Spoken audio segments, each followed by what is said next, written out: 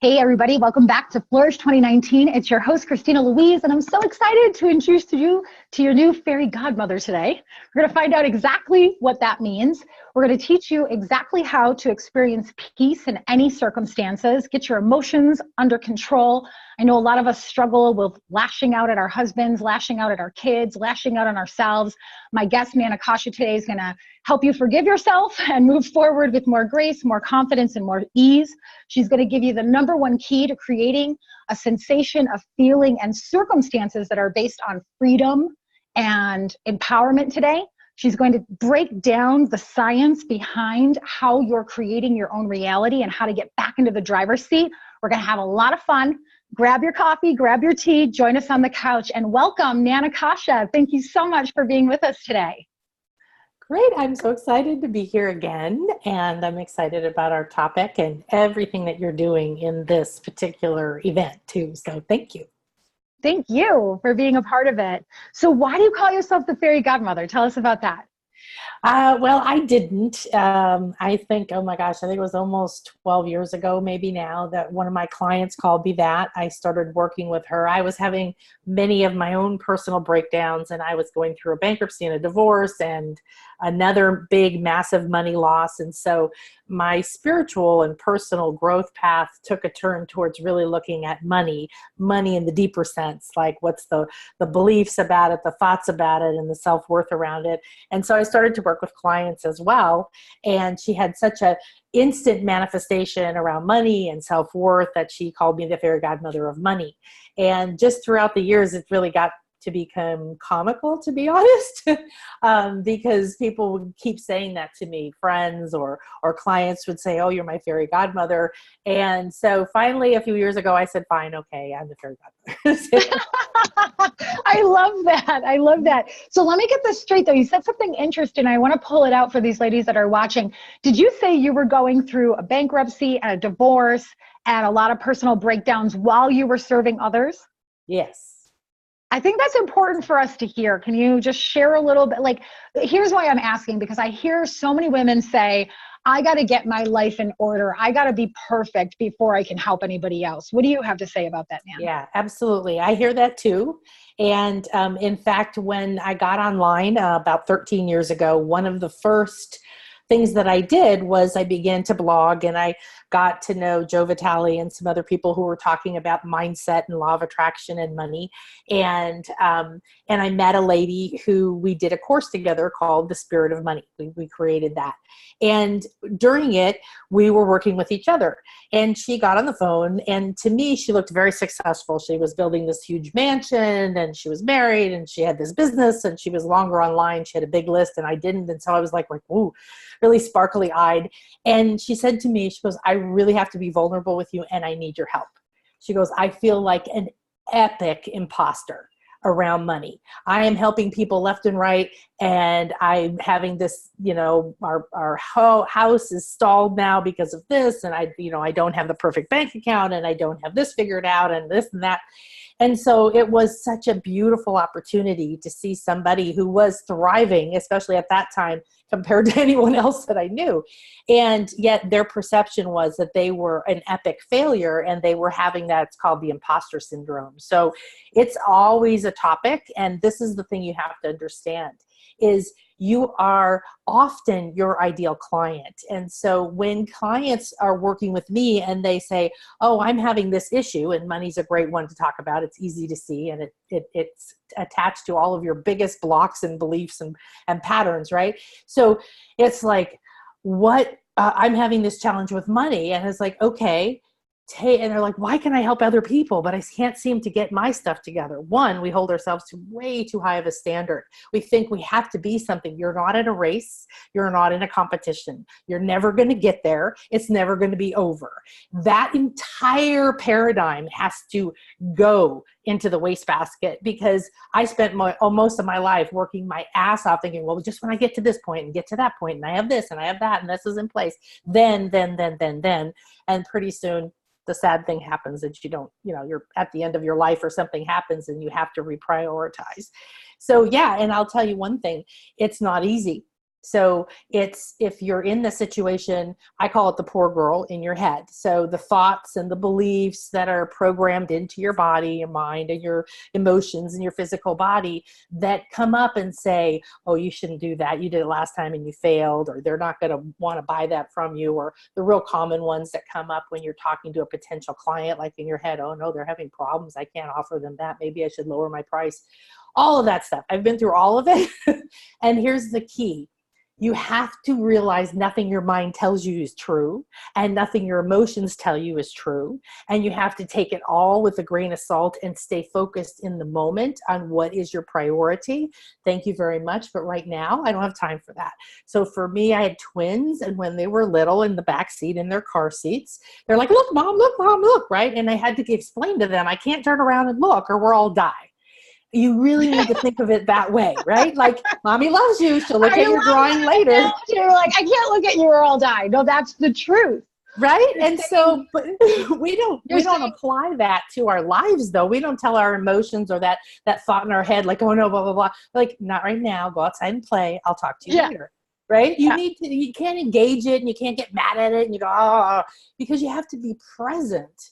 And you have to create sacred space in anything you do in your business or with your relationships. You can't keep dragging all that emotional crap with you.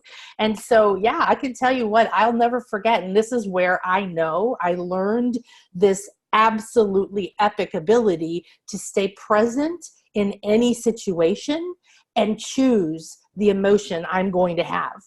If the whole world is freaking out around you, you don't have to freak out. If the whole world is going into a depression or a recession, or everybody's in some kind of mourning because there was a tsunami and people died, whatever it is, okay? You don't have to do the polite thing and feel these emotions of low frequency like everyone else. One, you're not helping. You're just adding to the soup of low crap. And two, when you learn that you actually are here to be a master of your emotions and your mind, that means that you're not pulled by them all over the place. In every minute, you go, oh, that's interesting. Oh, we're doing fear right now. Oh, there's that guilt. Hey, how are you? Say, how about you go outside and play and we'll talk later, okay? Right now, I don't have time. And you have to begin to bring humor, but you have to begin to separate from it. It isn't you. It isn't truth. And the way you feel, as you know, I'm sure everyone in your event knows that your feelings and your thoughts are what manifest the ultimate reality that you're experiencing. But there's an infinite field of every possibility that already exists. So if you're having challenges with money, there's an underlying reason. The frequencies inside of you, it's a belief or a thought, it's a feeling, it's what I call an agreement or a karmic knot in your energy field. And it's attracting that situation. So instead of judging yourself, I was sitting there, I had $10 a week to feed my kids. I had no idea how I was going to pay rent. I literally would sweat at night so much that when I'd get up to go to the bathroom, I'd have to bring a towel back to be able to lay in bed. And I had to sit on a sales conversation and say, oh, I mean, I can help you and blah, blah. Now, I believed I could help the person. I wasn't selling shit. So first of all, don't sell something that's not yours, that you don't believe in. But the bigger thing is that because you are in a growth period, because what I tell my students is a breakdown is as good as a breakthrough. They're the same thing, and one leads to the other, and the problem leads to the doorway that leads to the solution that leads to the higher level of now skill and confidence that you have. So everything that's coming up in your life, if you look at it, if you accept it and you go, oh wow, this sucks. And I remember my daughter outside the door crying, asking for me. There were like bills over here that were due. It was like everywhere around me was something screaming for attention that was trying to suck me down into guilt and shame and fear and complete inability to function. But I didn't have that option. And so I had to learn to do that. Not right now, honey. I have to stay right here. Not right now, honey. I have to stay right here. No matter what thought or what feeling or what memory my mind would serve up or what drama was going on outside the door, I had to stay in a space of sacred space, listening, intently, not just to the person I was with, but for me, I listen then, am I the right person for them? Do I have what they need? And then that can flow together. So yeah, absolutely. And when I went through my bankruptcy, excuse me, I thought I was the worst person in the world. I just thought, oh my God, I'm like, there's nobody worse. I'm like Hitler, it's just like so much guilt and shame and everything from my upbringing and my family and so on. And I was watching a video one day of one of my mentors, and he started talking about how many successful people have been through bankruptcy. And I thought about my real estate investing mentors I'd had. And many of them had been bankrupt more than once. They'd made millions, lost millions, made millions, lost millions. And all of a sudden, what I thought it meant started to move away from me. But my thoughts, my beliefs, my family, my whatever about who I was said, this is bad and this is who you are because of it. This is how you have to feel. But I started thinking, I've hired mentors and paid a lot of money, and I love them, who have failed, who have gone bankrupt. And I didn't think that of them. Why am I thinking that of me? And so it's about finding the emotions and the thoughts that we have embedded within us that are telling us that these things mean something, because they don't. And I'll tell you the other thing, I'm sure you guys hear it. There's all kinds of little quotes and everything like, your pain is your, profits and all this stuff. But I wouldn't hire a mentor who hadn't failed at least once, because it means they haven't lived long enough in order to see the true cycle, and they don't know how to handle the shit. I want somebody who's been through the war more than once, that can say, okay, this is what happens. Here's how you manage the ups. Here's how you manage the downs. And here's the ultimate answer, is what we're talking about. You have to master your emotions in any situation. Yeah. Then you don't have to be afraid of what will that person do, or what have you done in the past, or anything else. Mm-hmm. So you're saying that you don't have to be perfect to help other people. In fact, you're saying now, as an experienced business person, mother, wife, mother, coach, you wouldn't even hire somebody who hadn't failed at least once. Not for business, for sure. Right. And that's one of my coaches said in a broadcast a couple weeks ago. She said, my goal is to fail 19 times this year. And she's doing 10 mil a year, helping thousands of women all over the globe. Crazy. Mm-hmm. So she's planning to fail almost 19 times this year. That makes a lot of sense to me. And I love your focus on the emotions and the thoughts, because that's my focus, right? Like, there's so many different strategies for how to parent your kids, or how to lose weight, or how to deepen your relationship with your partner, or how to make money in your business. But if you're not the master of your mind and your emotions, you're dead in the water, even with $1 million strategy. Yeah, I mean, you can have stuff. You can have a big business. You can have a lot of clients. You can have a big family. But how are you experiencing it? Are you able to enjoy it? Are you actually learning from it or growing it?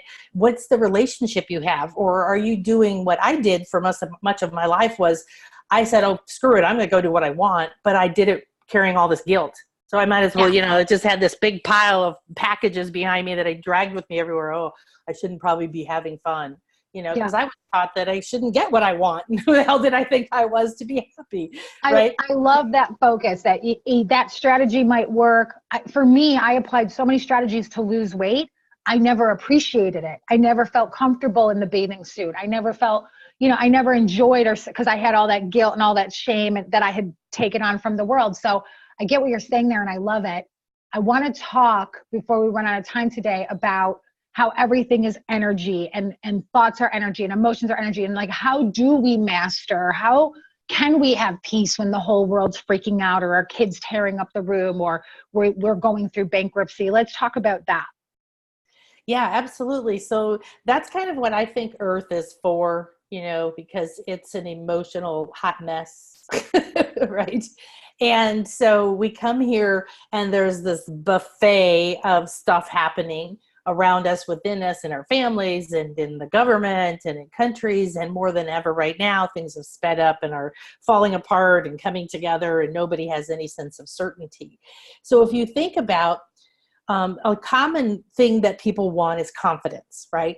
And I had a problem with that word for a long time because I felt it was very macho, kind of like, oh, I have to be confident, because all the advice I was given was, just fake it, be confident, get up there, be more bold, put this in their face. And it's like, okay, that's not me. And so a deeper thing is, instead of trying to become good at this one thing, or become more loving with your children and have more patience when they're little, right? Or to be able to see the best in your partner, no matter how frustrated or overworked you are or they are, or to be able to go through 10 sales calls and not get a single sale, right? And not let it suck your energy down. Well, like you said, there isn't anything that you do all day long from the minute you wake up and become conscious that isn't directed by your subconscious mind, which is your body. And so there's things in your cells, there's habits in your neural pathways in your brain, there's habits and, automatic reactions that happen. They're there, but they're reprogrammable. And the problem is most of us were never taught about it. We weren't taught that we had control over our emotions, unless somebody says, stop crying, you don't cry, and you're a little girl, your doll just broke or something. You're like, oh, I want to cry. So the really good advice in that situation was what my mom told me, is sometimes you just need a good cry. And sometimes you do. But you have to find out, what are the things that raise my mood, my mindset, lighten my thoughts, stop me thinking, oh no, what's going to happen? What will happen if this person doesn't hire me, or if that person doesn't pay me, or whatever you have going on in your life, could be physical challenges or whatever. So we tend to, because that's the way that our culture is worry. And we're looked at as irresponsible if we're not upset and worried if something that is happening in our lives that most people perceive as not good, like a divorce or an illness. So we have all of this cultural and family and ancestral and then experiential programs that tell us how to act, how to react, what to think, and that we have to hook in to what everyone else is feeling. And we don't, but we choose to. And it doesn't seem like we choose to because it happens so unconsciously. Here's the thing. You have to become conscious of how you're acting and reacting.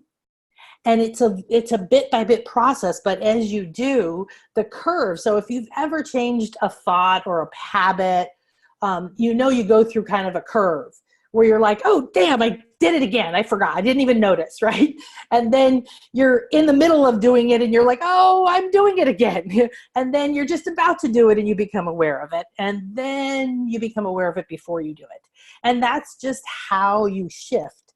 What we're not taught is that you better than memorizing something or hustling 50,000 hours a week or whatever it is that you have going on, you're much better off going deeper and seeing what is the landscape of what's going on for you. So for me, an example was I never had any self-esteem.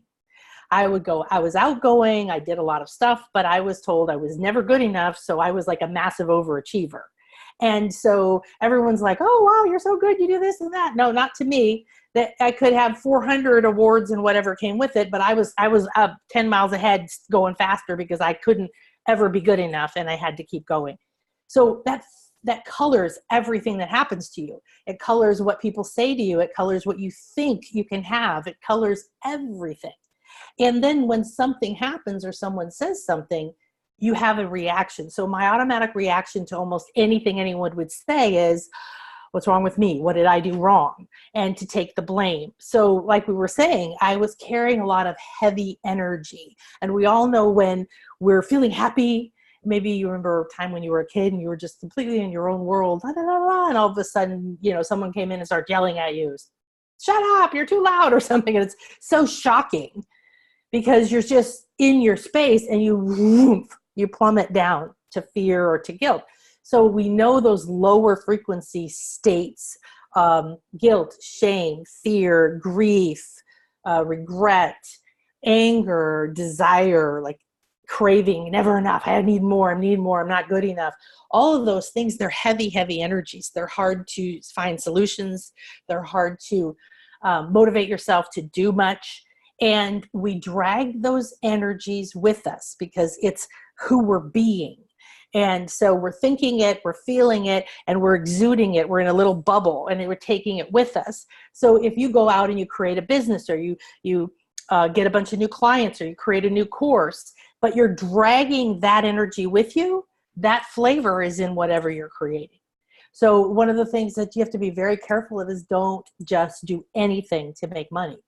I met a lady last year, and she was talking about trying to build her business, blah, blah, blah.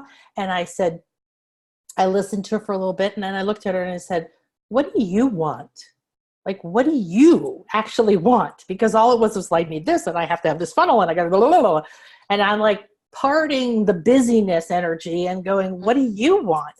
And she looked at me and she goes, I just want to make money. I don't care what I have to do it. And I went, you could feel the energy. Desperation. That's victim energy. That's down there in those heavy energies. And that is going to be dragged into everything she did. And so I just backed off and I said, well, I'd be very careful with what you wish for, right? And the energy that you bring into it.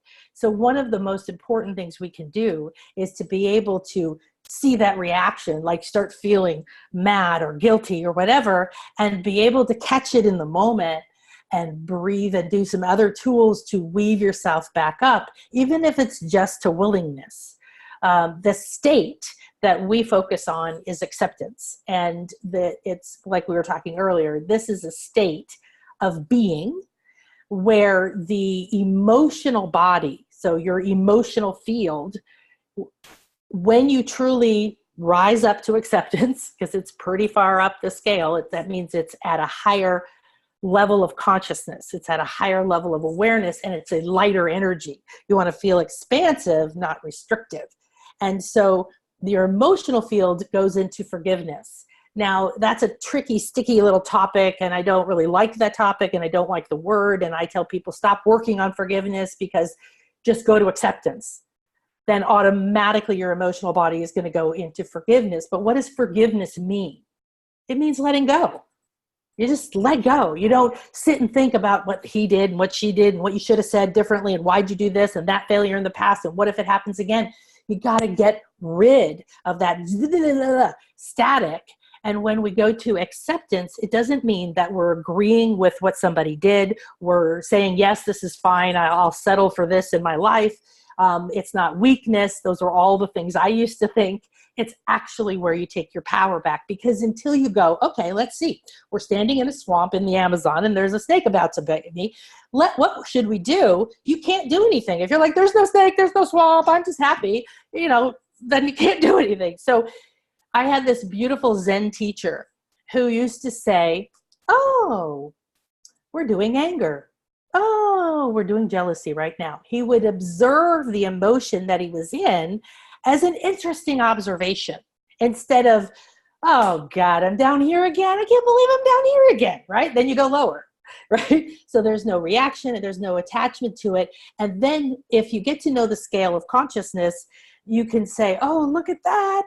No wonder every time I go to promote a new product, or then every time I go to raise my prices, or every time I go to whatever it is, speak on stage, or put myself out there to speak, drama happens over here, or I get sick, or my kids do that. All that stuff is manifestations coming from these inner attachments that at these emotional levels that are very low. But the minute you just go, wow, I am so pissed off right now, I can't believe it. But you know what? There I am. I'm pissed off and I'm just going to be in it. You could be way down the scale. The minute you say, oh, okay, we're doing being pissed off, you start going up again. You start lightening your mood. Your emotional body lets go. And what's really cool is down here in guilt and shame and fear and blame and anger and desire and not enoughness and victimhood and disappointment and craving, which is where most people live almost all the time. Not only is there stress and disease and unhappiness and inability to appreciate and enjoy what you have, but you don't have the capacity to see the solutions that are everywhere waiting for you, whether it's money or time or childcare or your love of your life or whatever it is, because it's there. But if you're at a low frequency, you cannot literally see. It's like how we can't see all different light spectrums or hear all the different things that like dogs can hear. You can't see it. But the minute you rise up to a state of acceptance, your emotional body just lets go. Wow. Oh, your mind, your mental body goes into harmony. That means that it's automatically going to start to think harmonious thoughts instead of serving you up, oh, there you go again, you blew it, or whatever else it's been telling you. So naturally, everything within you, as it aligns to that state, is supporting you to see a new solution, to find the money to go on the trip you want to take, or to think of where a new client is, or to be willing to revise your, relationship and speak up in your life, or whatever it is. And so when you think harmonious thoughts versus when you're down at guilt, when your emotional body is blaming everything, including you, that's because that's what that state is about. At guilt, your emotional body is in blame. Your mental body's in what they call evil. It's just thinking bad thoughts about you, about everybody. So you can do it, and we've all done it, but it takes huge effort, right? It's like dragging this thing up out of the swamp. So instead, we want to be like that Yoda, right? Like you just use your energy to get that out. Mm-hmm. You raise yourself up to that. And the other cool thing is the high frequency of state of acceptance is compassion.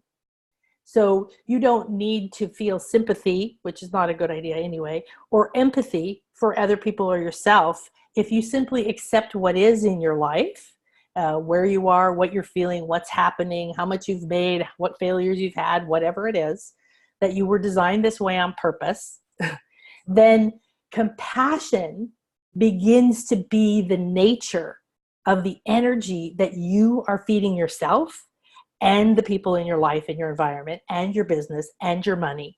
And there's the pattern of a transcendence appears. So it's naturally like an angel that swoops in and starts to lift you up out of all the confusion and the thoughts and the fears and everything else going on. And from that place up, it goes to love and peace and so on and forth like that. And it isn't about judging yourself if you're not there, or if you get there and you fall back down, because everybody does. It's learning how to know when you're there, master being able to bring yourself back up and ride the scale. So what I tell my students is, I want you to program that no matter what happens in your life, you immediately go to acceptance and then gratitude. Oh, I accept what happens. Thank you. Because I'm sure that this is going to be the thing that needs to happen. So when we perceive it as bad and we judge it as bad and we give it all of that, we're not appreciating the gift. And the gift might be, hey, look, you've just dated the same loser for the 20th time. Stop doing that. And it doesn't mean, oh, you're supposed to keep dating losers, right? You're supposed to keep giving away your self-esteem and never believing you deserve someone better. No, it means here's the pattern that's still there. You didn't get rid of it. It's still here. And you go, oh, thank you. And you accept the gift. You accept the gift of the frustration or the anger or whatever you're feeling, because the sooner you do, the sooner you rise up above it and you see why it was there, and you can do something to free yourself from it and to move forward. Yes. And you have like 3 or 4 free gifts that you're giving these ladies today to help them make sense and actually start to practice this enlightenment process and master their mind, master their emotions, so they can actually start creating the results that they want in their life. So tell us about that. Yeah, exactly. So in Light Body School, we have an entire module on the scale of human consciousness, on how to truth test, which is muscle testing or pendulum or body compass, some way for you to accurately and reliably trust that you can test. Because if you know where you are on the scale when you wake up, when you get ready to go to work, to interview, to whatever, when you're going with your kids, or before and after a meditation or yoga or whatever you do for your own inner peace, what happens is you start to understand without having to look at the scale, right? Oh, that's what this feeling is. So we can tell if we're angry, but we want to get to the subtleties. And what happens is certain people, certain situations in your life trigger certain feelings.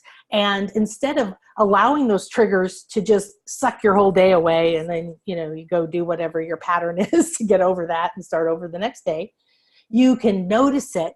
And so we use the scale. So the first thing we're going to give you is, this is a mini course taken out of the Light Body School, which is all about who you are.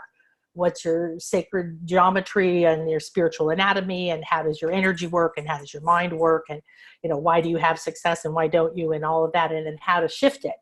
And so you're going to get a PDF of this beautiful scale where you can start to track where you are, what raises you up, what drags you down, and you can start to do what we call unhook. So I'm going to teach you about unhooking.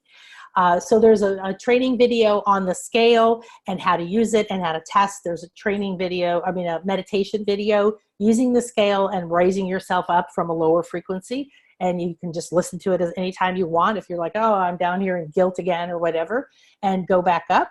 And there's the PDF. And then there's also a bonus, which where I train and talk about that level of acceptance, that state of acceptance, because it needs to become top of your mind, right? Because if you go through the day and you're like, oh, I'm feeling great, and oh, somebody said that and I'm feeling a little less good, but that's okay. I'm going to go out and get some sun during lunch, and then whatever you do to raise your mood or to clear your mind. The problem is most of what people are doing isn't clearing it.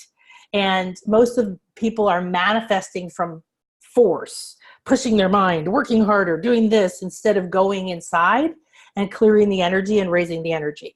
It makes everything easier. Mm-hmm. And it gives you, I call it going underneath the story, right? So here's the story of your life. This happened, that happened, la, la, la, la, la, la, and you go underneath into the peaceful stream of energy that's underneath it. And you look at the energy, and it'd be just like going, oh, look, there's a lot of yellow and we really need more blue. Let's shift it. Just detach from the story and the emotion and know that you can shift your mood in any moment. The power I have seen in some of my clients who have learned to do this through incredibly challenging situations, like both parents dying and having, Alzheimer's and not knowing, and, family triggers and guilt patterns and money issues, like everything at once. And they'll come out and say, I don't even know how I got through a day before without knowing this, because most people, even once you get a little ways into it, right? Sometimes you can keep your mood up and sometimes you can't. So this is a really powerful, practical tool that is going to show you how every day in any situation you can master your emotions. And then you don't have to have confidence, right? You can just enter fully present in the moment, knowing that within you, you have everything you need. You have all the answers. You can connect to whatever you need in the moment, and you're not allowing other people and outside situations to determine your mood and your mindset. And that to me is real freedom. Yeah. And real empowerment. Whereas so many other people are out there talking about goal setting and boundaries and grinding it out and doing it anyways. And it doesn't matter how you feel. Yes, it does. Because like you said earlier, those strategies might get you the big house. They might get you the bank account. They might get you, a great person in your life. But are you appreciating it? Are you accepting it? What happens when those things fluctuate or go up and down? Do you have the health? Do you have the relationships? Do you have the people to enjoy that stuff with?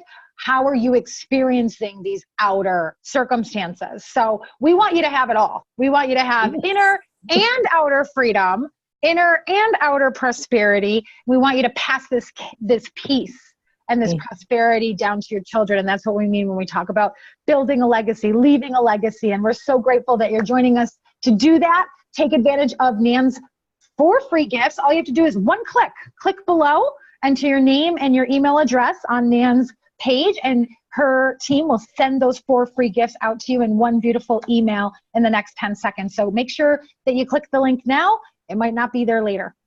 Nan, thank you so much for sharing your fairy godmotherness with us today. Thank you. You're welcome. Is there anything else you'd like to say before we close?